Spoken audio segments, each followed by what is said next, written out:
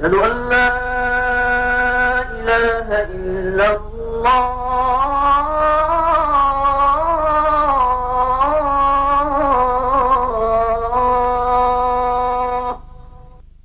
Welcome to a new world of booking travel. The lowest airfares, discounted holiday packages, cruises, customized group tours, and a whole lot more. Introducing to you a leader in the Canadian travel industry for over 25 years, an award-winning consolidator for over 50 airlines, over 2 million tickets sold, and the lowest international airfare guarantee. Gala Travels, a name you can trust. GalaTravels.com, always giving you more for less. Islam in Focus is brought to you by PortServe International Limited, providing cargo handling services internationally. Please visit portserve.com. Islam in Focus is brought to you by eShipper.com, allowing its customers to ship and save on all shipping requirements. Assalamu alaikum and welcome to Islam in Focus. Please be sure to join us every Saturday mornings from 10 a.m. to 10:30 on the following networks: Rogers Channel 129, Bell Express View Channel 217, and Star Choice Channel 348. We are pleased to welcome back with us in the studio today Sister Shyrose Jafardala. Sister Shyrose has a bachelor's degree in psychology as well as holds a master's degree in the field of education. And she is also an international speaker, spoken throughout the States, Canada, the UK, as well as East Africa. Today we will be discussing the concept of, we will continue our discussion on the 12th Imam. So, Assalamu alaikum, Sister Shyrose. Wa alaikum salam. Thank you for being with us here again today. Thank you for having me. So, to continue from where we left off last week, we were discussing about the loyalty that we should have towards our 12th Imam. So, could you tell us how we could show this loyalty a bit further? The loyalty that we have to show to our Al-Muntazar, the awaited one, and our Imam Zaman alayhi salam, our Imam of our time, can be shown in many ways. One is through our belief that he exists and that he will reappear. And the other is also in how we feel emotionally towards him. Love is cultivated when one learns about the object of one's love. If you see in romantic love as well, the more that you love somebody, the more you want to know everything about them. You want to know every single thing that happens in their lives, their past, their future.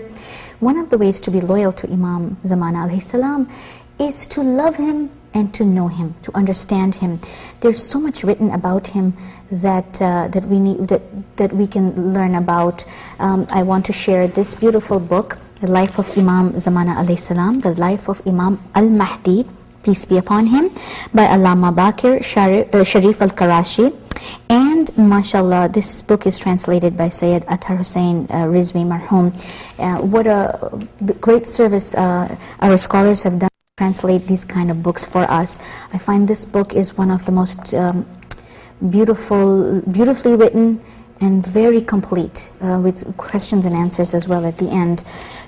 To read and to know more about our Imam, and of course the internet is full of such wonderful websites that we can access. For example, alislam.org and Easy Soft Tech, for example, is another wonderful website. And I want to speak a little bit about this loyalty that one can show. Loyalty is love. It is connection, and it is so much love and devotion that one says, whatever you want from me, I am here for you. The submission that we give to Allah subhanahu wa ta'ala in Islam is the kind of submission that Allah subhanahu wa ta'ala requires we give to our Imam, who will come and guide us, and that we must look towards him for every question to be answered, and that our hands and feet do not move unless he commands it. That's loyalty. If you look at how we pray our namaz-e-jamaat, one should not go faster or ahead of the Imam that is leading. This is also a way to train ourselves, that when my Imam decides to take long at a particular point during the Salah, that I am waiting and I am joining and I am with him. and that with all the people we are one. Our actions are the same, that we must follow one leader in order to be successful. And that kind of discipline, that kind of coming on Fridays to the Friday prayers, is also in preparation for the 12th Imam alayhi salam. The khutbah that we hear on Friday, at our Friday prayers, is also like a press release, like a gathering of the forces every Friday to be prepared in our mosques and to be ready on Fridays together with our hearts eager for his reappearance, is showing loyalty and preparedness for his arrival. When we look at the history of Islam, and especially what happened during Karbala, we find when people heard that Imam Hussein alayhi salam was cornered in the desert with his small group of family and close friends and supporters, that people traveled from far and wide if they heard it, and that some arrived even after everything was, the battle had already taken place. But when they arrived, there was that kind of, oh Imam, you needed me and I couldn't be there. Oh Imam, I wish I had known. It shows us that if we are not connected, and if we do not know what's happening in the world, that we as Muslims are needed, that mental alertness is not there, then we might become one of those, God forbid, who do not respond to the call of Imam.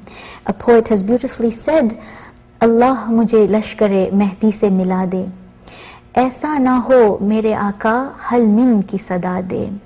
And the poet says, oh Allah, let me join with this lashkar, with the army of the Mahdi. God forbid that my Imam has to call out, is there anyone here to assist me? Because what happened, Imam Hussein alayhi salam calls out this when he is totally alone. And Ali Asghar alayhi salam, hearing it in his cradle, throws himself to the ground to show that, yeah Imam, I am here for you. We see the loyalty there of a child that is actually still drinking from his mother. That is the loyalty that we need to cultivate in our babies as well as in the most oldest people in our community. Even the ones who have already passed away die in a state of loyalty, being still waiting to be awoken when Imam comes. The feeling, the loyalty should be, yeah Imam, I do not want you to be in despair, waiting and crying out in the desert. God forbid you call out and I haven't heard you, or I come when it's too late.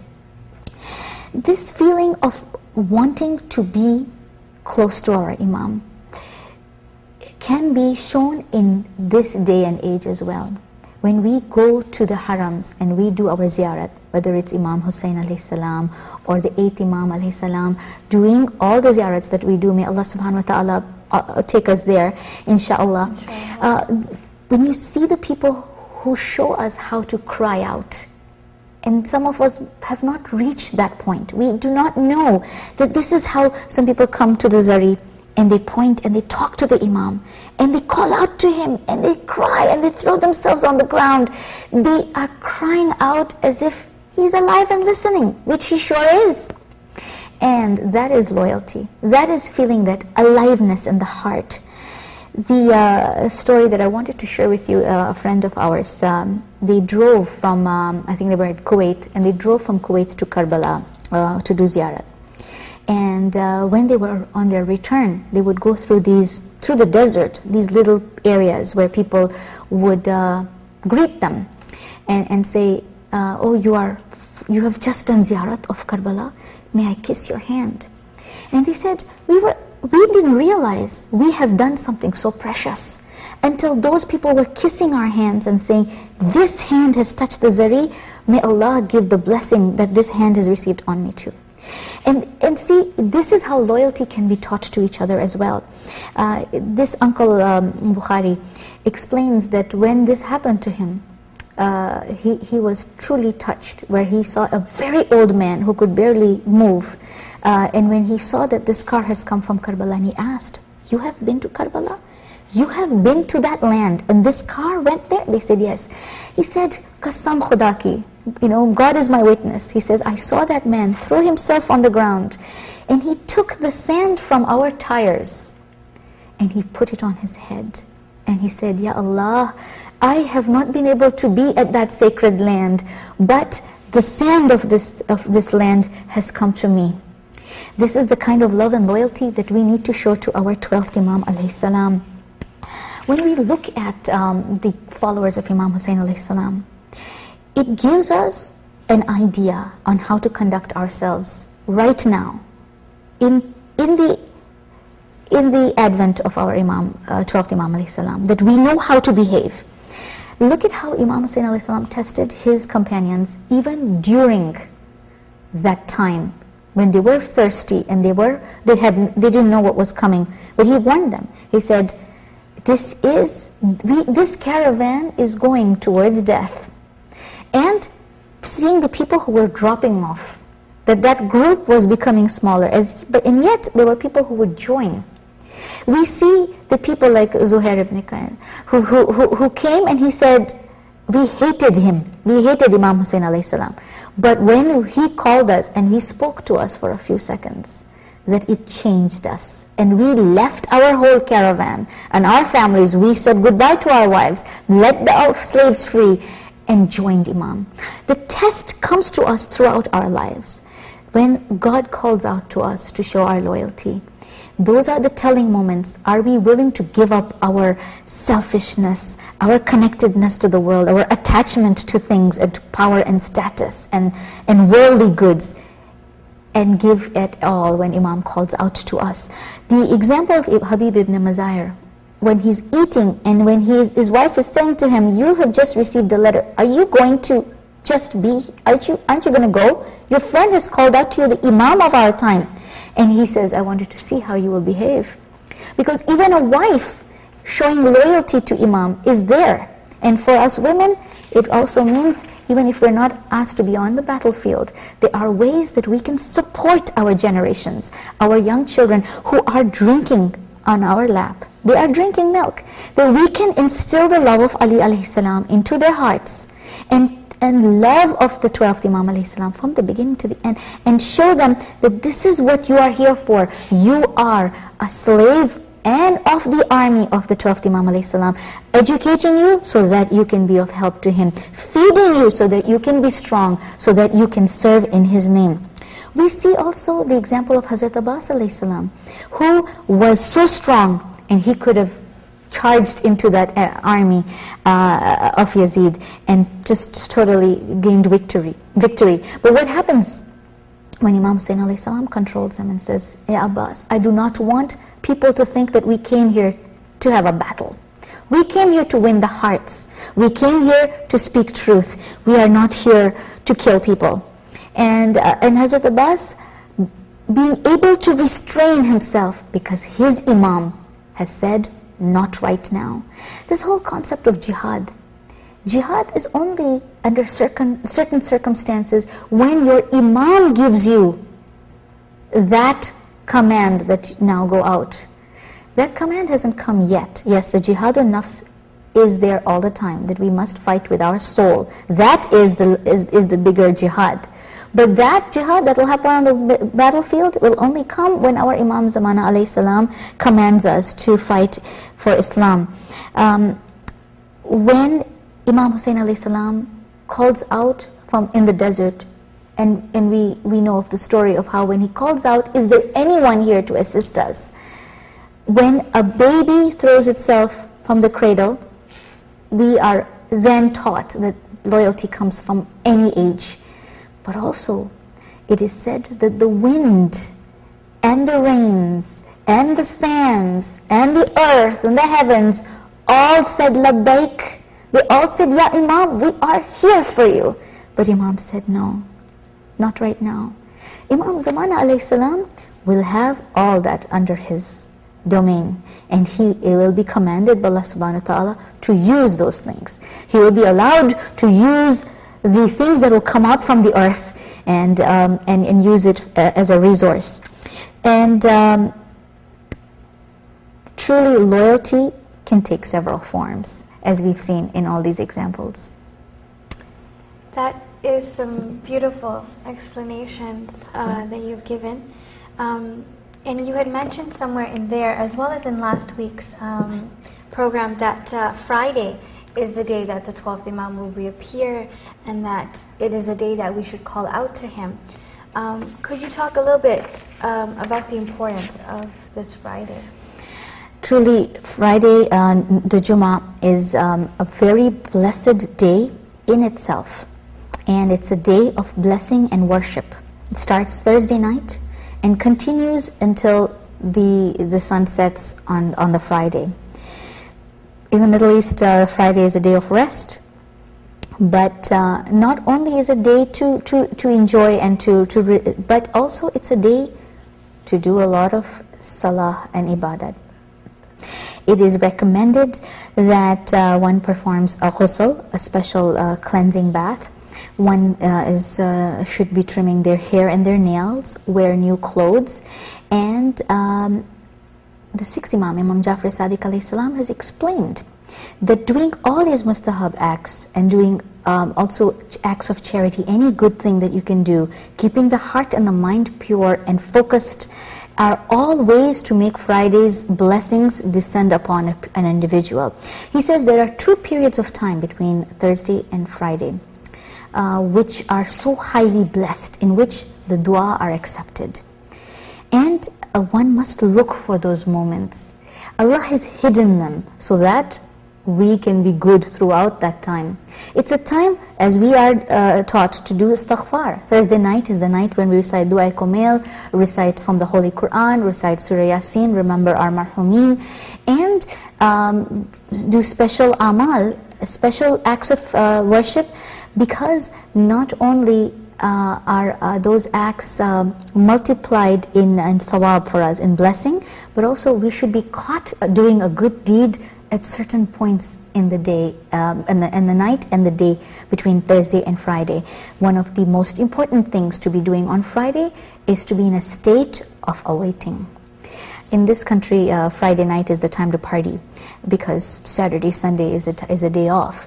And truly, Friday is not for that at all. Friday, it could be the day when, as the hadith explained to us, that Imam Zaman alayhi salam is awaiting the command of Allah subhanahu wa ta'ala for his reappearance. So he might reappear on that day, or he might receive the news that you are going to be called. And hadith explained that he stays ready, dressed in armor and waiting, and then laments that, oh my people, you are not ready. You have not shown. You are lost in your daily affairs. You have not loved from your heart. You might pay lip service to these good virtues, but you have not cleansed yourself of your sins. You have not preached, shown and enjoined patience, not stayed on haqq, not you have not done whatever is required of a true believer. So, could you explain a little bit further why we should be eager for our 12th Imam's reappearance? Well, Islam is a religion that teaches us to be in total submission to Allah subhanahu wa ta'ala. And one of the ways that Allah subhanahu wa ta'ala has asked us and has commanded us through His Imams alayhi salam is that we await and be eager. And if you do not feel eager, invoke that eagerness. Talk about it to yourself and remind yourself that I'm lost. Eagerness can be cultivated, and it is a command from Allah subhanahu wa ta'ala. And as we talked in our other episode, this eagerness and this loyalty that we've been discussing can take forms in different ways, through belief, through preparation, and through our actions. So being eager has to take all these forms. Number one is when we have belief in Him and show love in our heart for Him. And one of the ways to cultivate eagerness in His reappearance is to tell stories of when we have actually felt His presence. There are so many people who have attested to meeting Imam alayhi salam, The 12th Imam does come, as we've discussed, when people are in trouble. And it is hadith have explained that there are at least 30 people in the world who meet with him regularly, who are his ambassadors. And the true muttaqi, the ones who have become pious, God conscious, and totally weary of God, and attuned themselves to that frequency of a connection with God, that they are able to speak and to have dreams where Imam speaks to them. This beautiful book, The 12th Imam by Marhum Murtaza Laka, may Allah subhanahu wa ta'ala give him Jannah for all the work that he has done. A great speaker, and it's truly a loss that he's not amidst us anymore. He has explained in detail the life of the 12th Imam alayhi salam, and also has beautiful stories in here of people who have met him, what they've experienced, what difficulty they were going through, and these are stories from respected scholars who have attested to actually meeting the 12th Imam alayhi salam. Why we should also feel eager is that like we find that the people in the Prophet sallallahu alaihi wasallam's time loved him so deeply. Those are examples for us. Like we saw how in Karbala, Imam Hussein alayhi salam's believers loved him, his followers. 8th Imam alayhi salam, 6th Imam alayhi salam, who had huge groups of people coming from far and wide to meet them and to feel this eagerness to be. That is the kind of eagerness one must feel for their living Imam. History shows us that those believers came with questions. They came with love to express. They wanted advice. They were inspired by them. They brought special gifts to their Imams. The Imam, in turn, would boost their spirits, their morale, show them answers. They left their homes from far and wide just to breathe the air of that Imam, that the Imam was breathing. And this is the way that we need to feel, that kind of eagerness, that we cannot wait that Imam comes, the 12th Imam, and we can also ask him. The truth will be in front of us, and he will have that wealth of knowledge. Allah keep us alive for that time when he's around, so that we can express this love that we feel for him, that we can in turn feel his love, that we can pray behind him, that we can show the world, you thought we were wrong, but look, the proof, the hujjah is right here with us. And that eagerness especially needs to be cultivated, because he will come not only for our emotional and spiritual enlightenment and upliftment, but that he is coming for the world. And the believer, a true believer, wants to see establishment of truth and justice in the world. A true believer is saddened by oppression in the world. A true believer sees the evil around him, and he values morals. He feels that immorality is a degradation for the human race. And he says, Ya Imam, I wish you could come here and show the truth to all these people. Unfortunately, we are not being able to be a good example so that they can come to the deen themselves. Unfortunately, we are not able to inspire their hearts. A true believer wants that the establishment of noble values of Allah's religion are established, in fact. And he wants to help Imam to spread truth and justice. Just wanting truth and justice is not enough. Saying, Allah, I not only want peace and justice to be there, I want to enjoin it, I want to recommend it, and I want to be the one who helps establish it. He is keen to take part in the struggle, not just say it from here, but say, I am ready with here, this, my feet, my wealth, my soul, my children, everything in your way, O my Lord. And he wishes to have the same honor and sacrifice as other Muslims who rose to great heights for their loyalty to Islam. I see. So are there any specifications, any specific responsibilities rather, for us during Ghaibat al-Kubra? Yes, this is a long time that we have been apart from our Imam, and we need to establish the true faith on this earth, which means we all need to right ourselves. we need to ask ourselves, are we, God forbid, of those that Imam will have to come to this earth for to spread justice? Are we the oppressors that Imam will have to fight against us instead of with us? We call out to him, Ya Imam, I'm here for you. But Imam says, you are one of the tyrants. We don't have to be kings of countries to be tyrants. We can be tyrants in our lives, with our own families, with our spouses, with our parents, God forbid, with our in-laws, with our community members. And Allah subhanahu wa ta'ala gives us power and status on this earth as a test. Let's see how you take care of this bunch of people that I'm putting under you.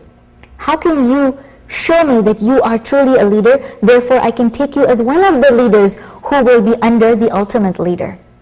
Right? We all need to be the highest we can in our faith so that we are selected. Often we say, well, I can't be all that. I can't be number one, so I'm happy being down here. But that means that if we are not good enough to join Imam's army, we have not attained any sort of paradise for us in the afterlife. Those who have attained a level of spiritual enlightenment have earned Jannah and have earned the love of Allah subhanahu wa ta'ala on this earth so that they can fight against oppression. The responsibilities that you have mentioned, they are that we need to, number one, pray for the safety of our 12th Imam alayhi salam. Doing these du'as, Allahumma kulli waliyika Hujjat ibn al-Hasan. These are the du'as that we need to do. When we do our salawat, our sending the blessings on the Holy Prophet and his family, that we say, وَأَجِّلْ فَرَجَهُمْ. One of the responsibilities is to be a state of waiting at all times, which inshallah puts us on the right so that we do not misbehave. Giving sadaqah in the name of Imam alayhi salam, praying for his reappearance, this enlivens the hearts of the children and the believers. Arranging gatherings where Imam is remembered. Having those Dua Nudba gatherings where we recite Dua Nudba. One of the beautiful du'as of 15th Shaban, the Dua Shabaniya, is that we pray this way: Oh Allah, make us a cause of his coming, a positive that he feels motivated and strengthened. Include us as his supporter. Join our vengeance to his. Make us feel this need to fight against oppression. Decide us to be among his assistants. Make us live in bliss in his reign. Make us win ecstasy of his companionship. Make us those who carry out our duty toward him. And finally, in Dua Nudba, such a beautiful thing that we say, where we say, Oh Imam, if only I knew where you are. If only I knew which faraway state that you're settled in, which part of the earth has embraced you. Ya Imam, is it in the mountains or in some other place? It is unbearable for me that I see the people, but I do not see you. That my eyes do not have this light, this roshni, that can see your truth. That I do not hear a sound or whisper from you.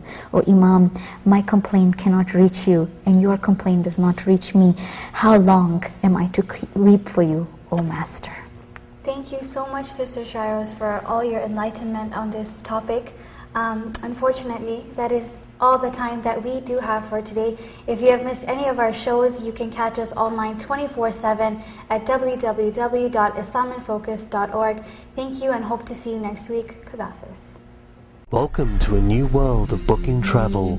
The lowest airfares, discounted holiday packages, cruises, customized group tours, and a whole lot more. Introducing to you a leader in the Canadian travel industry for over 25 years, an award-winning consolidator for over 50 airlines, over 2 million tickets sold, and the lowest international airfare guarantee. Gala Travels, a name you can trust. GalaTravels.com, always giving you more for less. Islam in Focus is brought to you by PortServe International Limited, providing cargo handling services internationally. Please visit portserve.com. Islam in Focus is brought to you by eShipper.com, allowing its customers to ship and save on all shipping requirements.